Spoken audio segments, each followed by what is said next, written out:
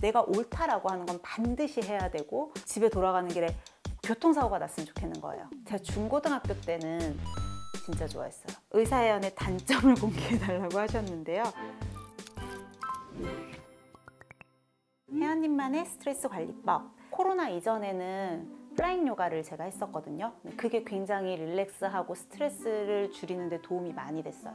운동으로 몸을 쓰는 것도 도움이 되고 마지막에 명상 시간 갖는 것도 아주 좋았어서 그걸로 관리를 많이 했고, 코로나 이후로, 특히나 이제 결혼한 이후로는 남편한테 이제 그런 밖에서 나한테 스트레스 준 사람 욕을 막 하면서, 이런 얘기는 하면 안 되겠지만 적당량의 음주와 고칼로리 음식이 행복 호르몬을 좀 늘려주기는 하죠. 번아웃 됐을 때 극복 방법은 제가 번아웃을 느꼈던 순간이 2번 있었거든요. 제일 처음 느꼈을 때는 인턴 때.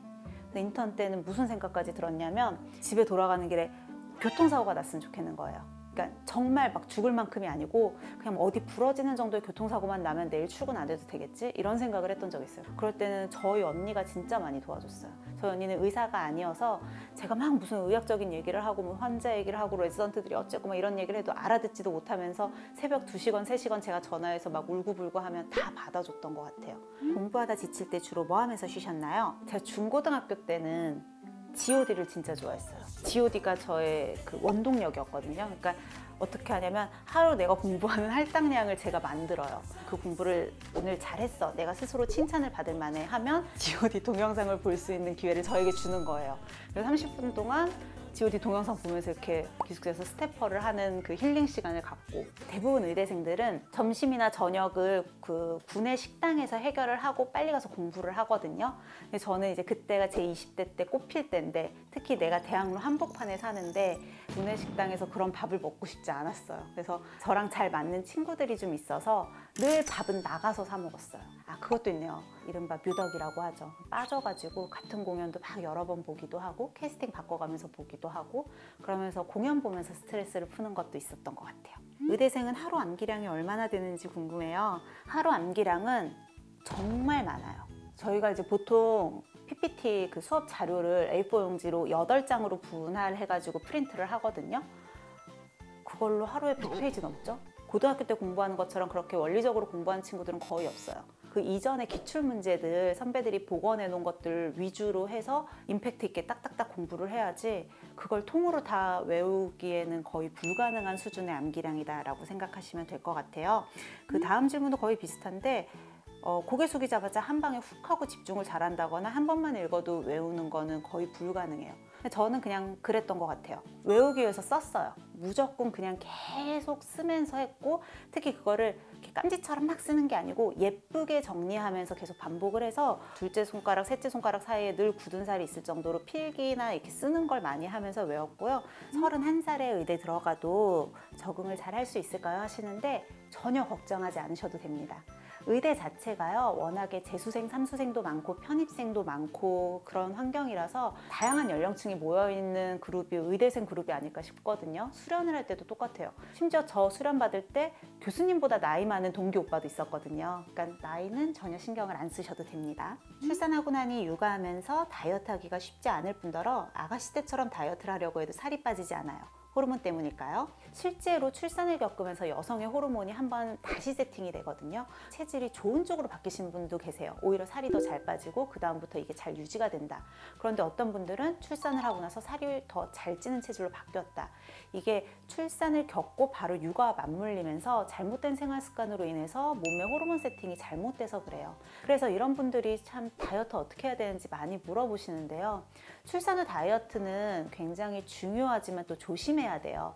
왜냐면 우리가 출산이라는 과정을 겪으면서 여성의 몸에서는 릴렉신이라고 하는 호르몬이 나와서 이제 관절이나 이런 것들을 다 벌려놔요. 그래야지 출산을 할 때 산도도 넓히고 수월하게 이제 아기가 나갈 수가 있잖아요.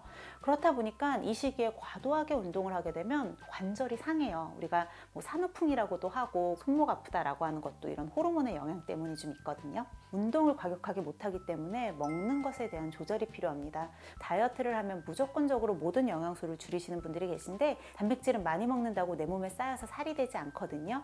그렇기 때문에 부담 없이 탄수화물이나 지방의 함량은 줄이되 단백질의 함량은 늘려주시고요. 동물성 단백질로만 채우게 됐을 땐 콜레스테롤의 걱정이 좀 있기 때문에 또 끼니 중에 한두 번 정도는 콩이나 두부 이런 것들을 이용해서 식물성 단백질을 이용하시는 것도 좋은데요. 운동량을 늘릴 수는 없지만 활동량은 늘리면서 내 몸이 조금 더 그 기초대사량 자체가 높게 세팅될 수 있도록 바꾸려는 노력은 필요합니다. 40대 유방암 음성 3기로 항암 치료 중이다. 체중이 늘어서 고민이고 꾸준히 실천할 수 있는 식단 관리 중 단백질 섭취로 좋은 고기 종류 및 채소, 그리고 완쾌 후에 건강에 도움이 되는 비타민도 궁금해요 하셨어요.